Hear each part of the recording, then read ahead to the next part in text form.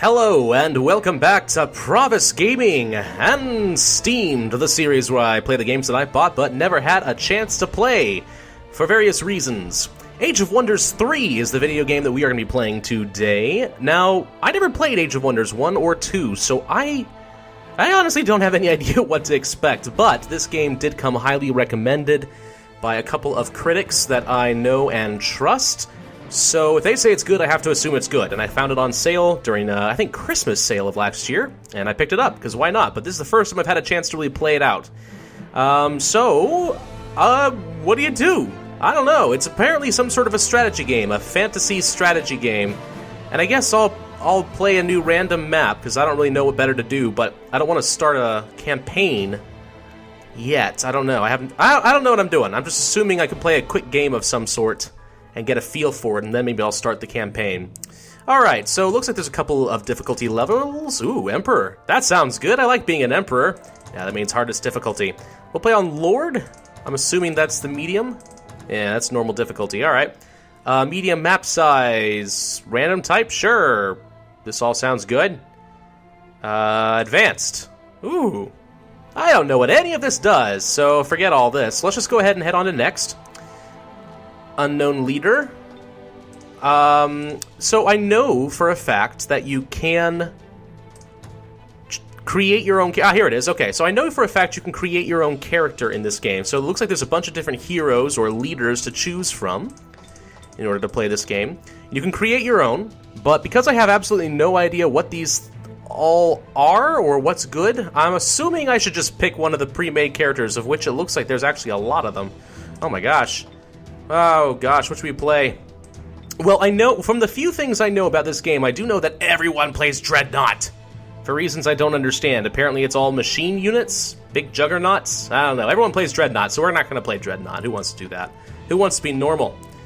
Rogues, more Archdruids. Oh, this lady looks pretty hot. You know what, forget it. I have no idea if an Archdruid is good or not. We're going to go with her simply because of her hotness. I know that's a very shallow way to play a game, but you know what? For first impressions, you just go with what you gotta go with. Alright, so this is the game. What does everything do? No idea. We're gonna find out. So there's apparently an independent army here, with Raspik the Rotten, a goblin archdruid.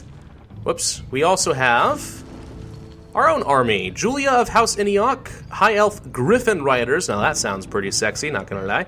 Some swordsmen and some initiates, Tier 1...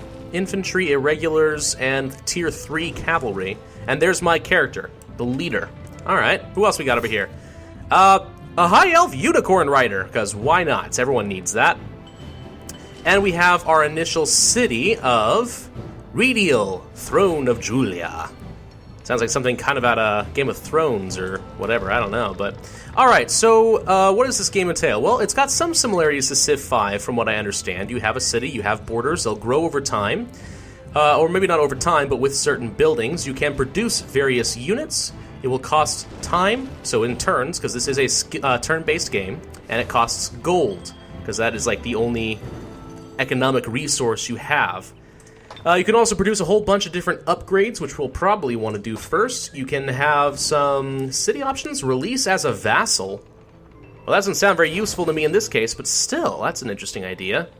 You can plunder it, you can raise your own city, existing upgrades, archdruids, dolmen to produce special units or whatever, I don't know. So let's try to play this intelligently. Now, I know that there are a couple of different currencies to look at. Primarily, there is gold income, that is your main economic wealth, because you will be earning it and spending it every time you want to just build a unit. Because in Civ 5, you don't necessarily need to spend any resources to build something, it just takes time. Not so here. Not only does it take turns, but you also have to spend some gold in order to create said building or unit. The mouse is a little more sensitive than I was accustomed to, that's fun. There's also mana income. Not entirely sure how this works yet, but it says it's used to cast spells, so I have to imagine that's good. Knowledge income, I think, is like your science. Yes, it says it's used to research skills. Skills for my hero, skills for my civilization, I don't know yet.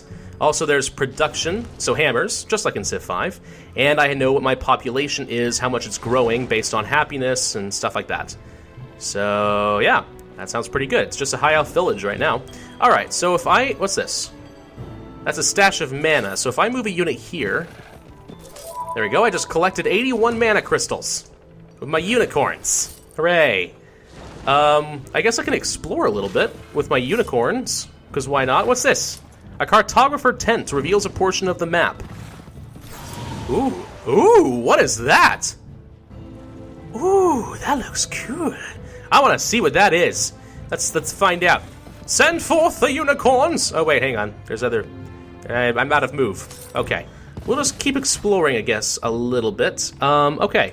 Select a skill to research. Now, this is where every different character is going to have something different based on their class, based on whatever their affinities were at the beginning, which I really don't know the difference between them, but I know that there's a difference. So let's take a look. Basic Seafaring. Druidry level 1 increases spell casting points by 10, allowing you to cast more spells per turn. Also increases mana capacity. That's got to be pretty good. It's going to take 3 turns to research. Wildlife Refuge. Nature freely offers its bounty to creatures attuned to the wild, providing mana, food, water, and shelter wherever they go. Summoned units require less upkeep. And animal and monster units require... Oh, that's pretty cool. I don't think I have any of those, so that's not useful now, but that's an idea. Pretty cool.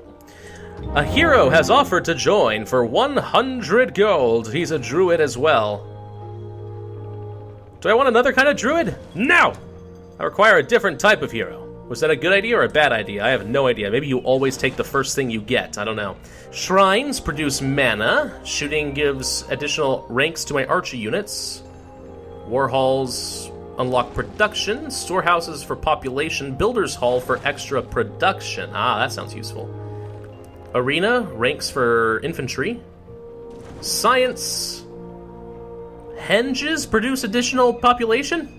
See, now that's just interesting, because I would have thought a henge could mean like a wall or some sort of tricky maze to get into your palace, but it sounds like a henge. I'm assuming this is like... Well, no, what's a henge? You know what? Forget what I'm saying. For a second, in my head, I was picturing a hedge maze, and I was thinking, oh, additional population, because that's where all the young teenage elves go hiding in the hedge maze and do things that their parents told them not to do. But that's not what that is. That's a henge. So in addition, additional population is kind of cool, but build housing to boost population, merchandise to turn my production into gold. We'll start with the Builder's Hall, because that seems like a pretty solid choice. Okay. Oh, I can queue up different things. So how about we also build a storehouse? There we go. A brigand hideout. Scrolls of knowledge, a boost to knowledge of current research. That sounds useful, but I don't think I can fight a tier 2. And watchtowers for overseeing large areas. Ooh, this looks like something similar here. Adds a free upgrade to your closest city. How tough are you? Pretty tough. 2 archers and cavalry. Can I fight that? I don't know. We're going to find out. Let's go and attack. Okay. So, combat in this game is nothing like Civ 5. So, I'm going to go ahead and pop into manual combat. Cost, sparrows, and auto combat. Yeah, that's fine. A very likely victory, it says. Let's hop in. I don't really... I mean, I understand what this is. Like, I've seen this before, briefly, so I know how this works. I just don't have any confidence in my own ability to do it. Okay, so they get to move first. Now, this is a turn-based kind of open field hex game. Oh, we got some elves shooting their bows at me. That's rude. Ow. But I have shields. Also, that cavalry looks intimidating. Okay, so this is my hero, and my hero has the ability to move... Melee strikes, guard, cast a spell, or shoot a longbow for 9 damage. And there's like 3 different tiers of movements, if I understand this correctly. So I can move anywhere in the green without costing any of my movement points, because I have every character has 3 movements. If I go into yellow, that costs me one of my movements. If I move into orange, that costs another one. And then I'll have the choice to either guard or attack. So, but if I move just 1 space, for example, if I decide to move forward 1, that shouldn't cost me anything. I should be able to still shoot my longbow without any problems. And that's important because some units, I think, have the ability to shoot, like, say, once per movement. So if you let them stay stationary, they can shoot 3 times. But every time you reposition them, you're costing them one of their shots per turn. So there's some strategy to it. Oh, like this. Shoot the longbow can trigger up to 3 times, I should say. So I can get an idea of how much damage I can do with this. A lot, apparently. Let's try it. Oops, wait. I think I have to right-click. 5. Right-click. 1. 2. And because I didn't move into the yellow or orange area, I got to shoot 3 times. If I had moved into the yellow, I would have only got to shoot twice. And I think that's sort of the gist of how it works. Without losing any units, what can I do? Well, actually, I'm going to do more damage with these guys if I attack the archers from back here, so let's do it. There we go. Now I could do 2 attacks that'll hit between 6 and 10. That won't be enough to kill it, and he'll be able to retaliate and do damage as well. There we go, and I'll use my swordsman to try and finish them off. There we go, and it looks like the unit actually leveled up, or ranked up, because there is experience in this game. Fantastic, so I didn't lose anything, and that's it. Also, production resources moved to Riedel. What should be built with them? Oh, I'm going to build the storehouse right away. So I just got a free storehouse because I found this special area and opened it up, cleared it up with my hero. So that deals with that. If I go and attack these guys, I'll flank them because they went far too deep into my main lines. They charged too greedily and too deep, and that should do it. All right, effective. And we win. And now that we have the watchtower, I get a good field of vision. What the heck is all this? A legendary sunken city. And baby kraken guarding the shrine to the fickle mermaid. Oh, the mermaids, they always fickle. You never know what they really want. They don't even know what they really want, let's be honest. Alright, I can upgrade my leader. This is a new thing here I haven't seen before, so I leveled up, basically. She's now level 2. Which means I have 5 upgrade points to spend, and I can see what it's going to cost, and there's a few things I can do. For example, Warm at Night. All units in my hero's army gets 40% frost protection. That doesn't sound very useful to me. Shock protection for my hero. All units get additional magic resistance. That sounds pretty good. Attempts to take control of a target enemy animal unit. Against mounted units, this ability causes feral mount. Units with feral mount suffer minus 12 movement and a 400 smiley face mask penalty. I'm guessing that's morale of some sort. I can also just straight up increase her damage, which sounds pretty effective. So let's grab Befriend Animal and ranged damage. Do I want defense? Sure, she is my hero after all. And how about extra 5 hit points? Yeah, okay. So my hero is now a little bit more powerful, and will be getting consecutively more powerful as time goes on and she gets more experience. Then there's also this menu, which is something I know about. Your hero will find and can equip different items and gear, which will give additional bonuses. So raiding, for example, this ancient tomb has a chance to get me an item of some sort, and any of my heroes are able to wield that, which is quite good, as you might imagine. We're going to grab the laboratory next. There we go. Afterwards, we'll grab, let's say, a shrine. And stone wall. Sure. Now, there is city combat in this game, which is supposed to be quite extensive. Oh, this is interesting. Actually, I forgot to mention this. The stone wall will be built in the city and also gains +1 domain radius. That's basically my borders. So for having stone walls, my borders will expand out by 1 hex, I guess is what you would call it. So that's pretty handy. I only have boars guarding the city right now, though, so it's not actually very well defended. The boars are manning the stone gates, sire. Can they hold off the dwarven invasion? I dare not hold out hope. Drugel has won a battle. What's this? Drugel attacked the independent city of Deluf Bor. And it looks like he won. Oh, he conquered that independent city. Wow. How did they... Alright, so my opponent, one of the other players, has already conquered an independent city. That makes me sad. A little bit. The town of Las Kalagi. We have an urgent matter to discuss. Tell me more about this quest. The walking dead are haunting our domain. The night guard is panicking. Society is on the brink of collapse. Please slay them and you'll have our eternal gratitude. If we kill it, they will propose to be a vassal, and we will get another high elf griffin rider. Ooh, that sounds pretty good. It's a medium difficulty quest. Okay, that sounds good. Actually, that sounds better than conquering some little outpost. So forget these guys. We'll just move on. Haste berries, don't fail me now. These, okay, so you can see here that these are the independent party in question, because they have a little Holy Grail beacon hovering above them. A bunch of Tier 1 infantry by the looks of it. That doesn't seem too bad. Let's see if we can't deal with this and get some new vassals, eh? Manual combat, because I never trust an AI to solve these problems for me.